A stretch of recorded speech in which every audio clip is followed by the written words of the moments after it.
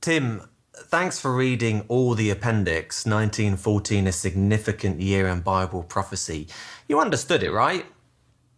Well, it's not completely clear. Okay, well, let's go through it again. If you remember, Luke 21, verse 24, said that Jerusalem would be trampled on by the nations until the appointed times of the nations are fulfilled. Now, we know that began in 607 BCE, and in Daniel chapter 4, verse 16, it said that 7 times would have to pass over it.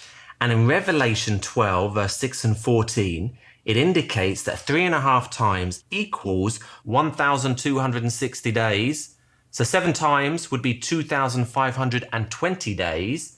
But of course, we've got the Bible principle, Numbers 14, verse 34, a day for a year, a day for a year.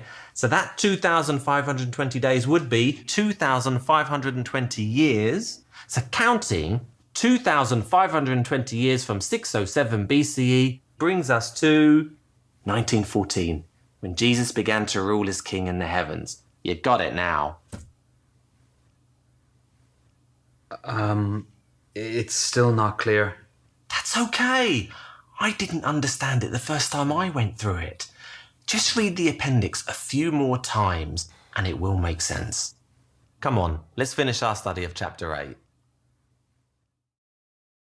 So based on what we've been learning in chapter 8, can you think of a good reason why it's so important that we know when God's kingdom began to rule? Well, I think that if you knew when God's kingdom began to rule, then you would know that the blessings of the kingdom are soon to follow. That's an excellent answer.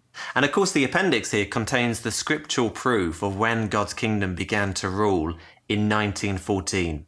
Would you like to read just the first 2 paragraphs in the appendix there, under the heading on page 215, 1914, A Significant Year in Bible Prophecy? Sure.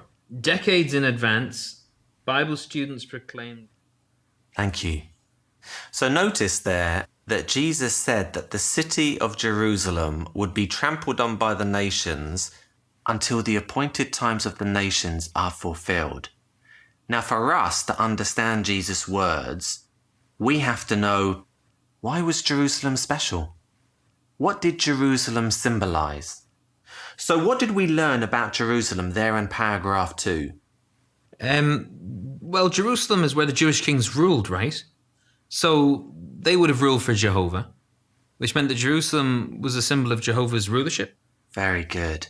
Now you have the key to understanding when Jesus began to rule as king. Wow, this is really interesting. It's like solving a mystery. Isn't it? Let's read the next paragraph.